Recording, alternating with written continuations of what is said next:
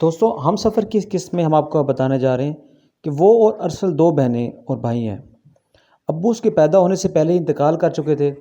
وہ امی اور ارسل بھائی کی محبت میں پلی بڑھی تھی۔ وہ ارسل بھائی سے پورے 8 سال چھوٹی تھی۔ ارسل بھائی کے ایک ہی جگری دوست میر خضر تھے جو ایک بلوچ فیملی سے تعلق رکھتے تھے۔ خضر جو خود والدین جیسی نعمت سے محروم تھا، اس کے لیے ارسل کے گھر آ کر اس کی امی سے باتیں کرنا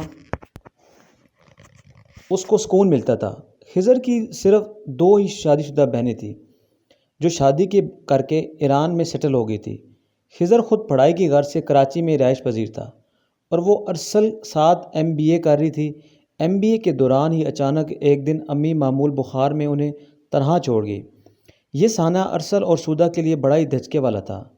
سودا سارا دن روتی رہی۔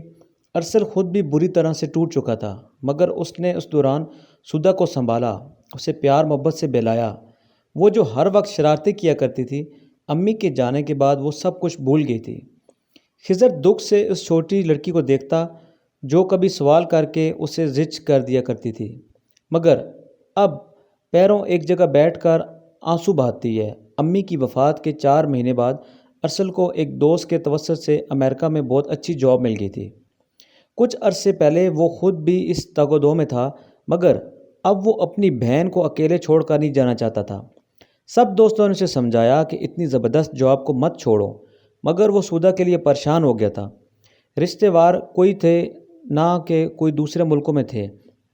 اب بہن کو چھوڑ کر بھی تو کسی کے پاس جانا، وہ مجبور خضر کے پاس آیا۔ کیا تم میری بہن سے شادی کرو گے؟ ارسل کی بات سن کر وہ کچھ بول نہ سکا۔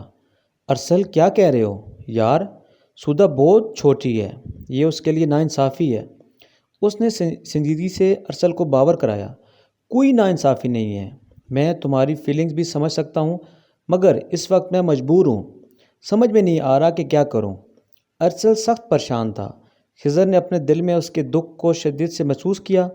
تم پلیز پریشان مت ہو، مجھے کوئی اعتراض نہیں ہے، تم ایک بار سودا سے اچھی طرح پوچھ لو۔ اس پر خضر نے ارسل کے کندھے پر ہاتھ رکھ کر محبت سے کہا، میری بہن کے لیے تم سے بہتر کوئی لڑکا مجھے مل ہی نہیں سکتا، میں بہت خوش ہوں۔ پھر ارسل کے جانے سے پہلے آنن فانن شادی کی تیاریاں کی گئی۔ سودا کو ارسل نے بہت کچھ محبت سے سمجھایا کہ وہ جلد ہی لوٹ آئے گا اور ہر روز فون کرے گا۔ سودا نے خضر کے ساتھ شادی کرنے پر کوئی اعتراض نہیں کیا، مگر اتنی جلدی شادی پر خوب روئی۔ ارسل کے پریشان ہونے کے بعد وہ چپ سی ساتھ گئی تھی۔